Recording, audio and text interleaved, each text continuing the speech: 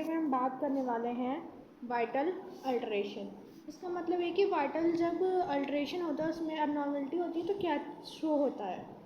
तो इसमें सबसे पहले है टेम्परेचर अल्ट्रेशन। टेम्परेचर अल्ट्रेशन होगा तो हमारी बॉडी क्या क्या शो करेगी। तो पहले आएगा हाइपरथर्मिया। हाइपरथर्मिया क्या होता है, बॉडी टेम्परेचर 38 डिग्री सेल्सियस से ऊपर बढ़ जाता है और जो हमारी बॉडी वो हीट को कंट्रोल नहीं कर पाती। नेक्स्ट जो है वो है हीट क्रैम्प। हीट क्रैम्प क्या होता है, due to sweating loss of sodium and electrolyte in body cause muscle spasm, low form of hyperthermia.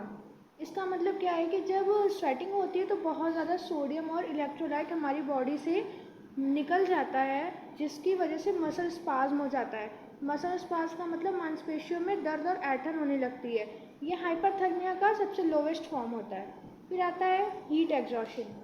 Heat exhaustion क्या होता है, ये मॉडरेट फॉर्म होता है हाइपरथर्मिया का और इसका कॉज क्या होता है, एक्सेसिव वाटर और इलेक्ट्रोलाइट लॉस हो जाता है स्वेटिंग के through, usually due to prolong exposure of heat. जब इंसान बहुत ज़्यादा हीट के पास रहता है उसकी वजह से होता है। देन उसके बाद आता है हीट स्ट्रोक। हीट स्ट्रोक क्या है, ये सबसे सीवियर और लाइफ थ्रेटनिंग फॉर्म होती है हाइपरथर्मिया की। इसमें क्या होता है, टेम्परेचर जो है वो 40 डिग्री सेल्सियस से ज़्यादा चला जाता है और इसमें हाइपर रेगुलेशन जो है वो फेल भी हो जाता है। पेशेंट में कन्फ्यूजन, सीजर और कोमा देखने के लिए मिलता है। हाइपोथर्मिया। हाइपोथर्मिया में क्या होता है, जो हमारा बॉडी टेम्परेचर है वो 35 डिग्री सेल्सियस से नीचे चला जाता है और ये एक्सपोजर ऑफ कोल्ड की वजह से होता है। अब देखेंगे अगर हाइपरथर्मिया हाइपोथर्मिया है तो उसका नर्सिंग मैनेजमेंट क्या होगा। तो इसके लिए होते हैं हीट और कोल्ड एप्लीकेशंस या हॉट एंड कोल्ड एप्लीकेशंस। तो हॉट एप्लीकेशंस क्या होंगे, heat to body for therapeutic effect. हम बॉडी को हीट प्रोवाइड करते हैं किसी भी थेरेपेटिक इफेक्ट के लिए। इसमें मेथड्स क्या होगा, हॉट वाटर बैग होगा, हॉट कंप्रेशन होगा, इंफ्रारेड लैम्प होगी और इलेक्ट्रोलाइट हीटिंग पैड्स होता है।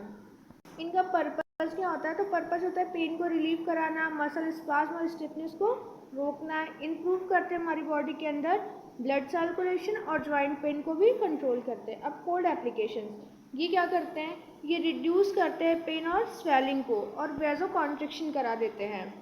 ठीक है, कंट्रोल ब्लीडिंग, ब्लीडिंग हो रही है तो उसको भी कंट्रोल करेगा, रिड्यूस करेगा इन्फ्लामेशन और एडेमा, प्रोवाइड कराएगा लोकल एनेस्थेटिक। इसके मेथड्स क्या होंगे, आइस बैग होगा, उसके बाद या आप उसे कोल्ड कंप्रेशर भी बोल सकते हैं।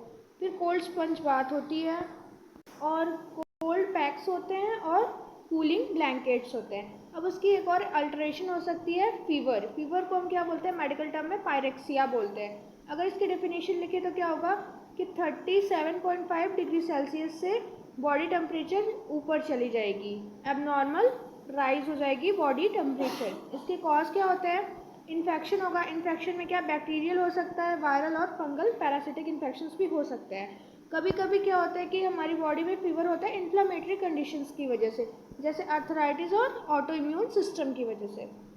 हीट स्ट्रोक और डिहाइड्रेशन, अगर बॉडी में हमारे हीट स्ट्रोक हो जाएगा या डिहाइड्रेशन यानी loss of water, loss of sodium, loss of electrolytes, तो उसकी वजह से भी हीट फीवर आता है। ड्रग रिएक्शन और एलर्जी, किसी भी ड्रग रिएक्शन और एलर्जी की वजह से भी हमारी बॉडी जो है वो अपना टेम्परेचर रेज कर देती है। तो अब देखेंगे टाइप ऑफ फीवर।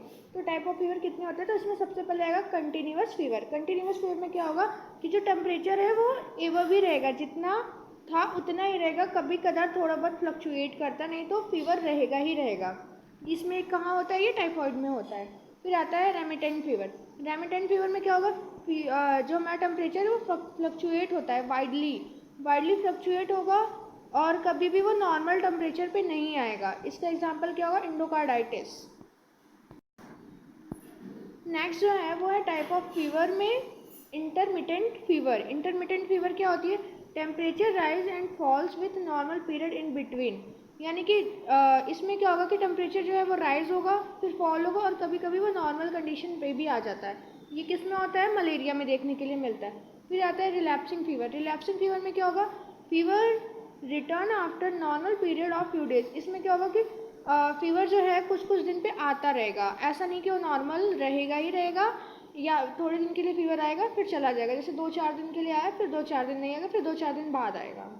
अब इसकी क्लिनिकल मैनिफेस्टेशंस देखते हैं। तो उसमें क्या होगा, राइज इन बॉडी टेम्परेचर, हमारी बॉडी का टेम्परेचर इंक्रीज हो जाएगा, या तो चिल्स होगी या तो फीवर होगा।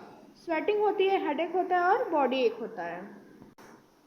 फटीग होता है, वीकनेस होती है, लॉस ऑफ एपेटाइट, खाने का भूख नहीं लगती। मैनेजमेंट में क्या होगा कि हम रेगुलरली टेम्परेचर को मॉनिटर करेंगे, फिर जो हमारा पेशेंट है उसको एडेक्वेट रेस्ट प्रोवाइड कराएंगे और हाइड्रेशन देते रहेंगे। लाइट कंफर्ट क्लोथिंग, यानी कि हम उसकी जो क्लोथिंग होगी उसको कॉटन की और लाइट पहनाएंगे। टैपेड स्पंज बहुत फॉर हाई फीवर, अगर बहुत ज़्यादा फीवर है पेशेंट को तो हम उसको कोल्ड स्पंज भी दे सकते हैं या फिर टैपेड स्पॉन्जिंग भी कर सकते हैं।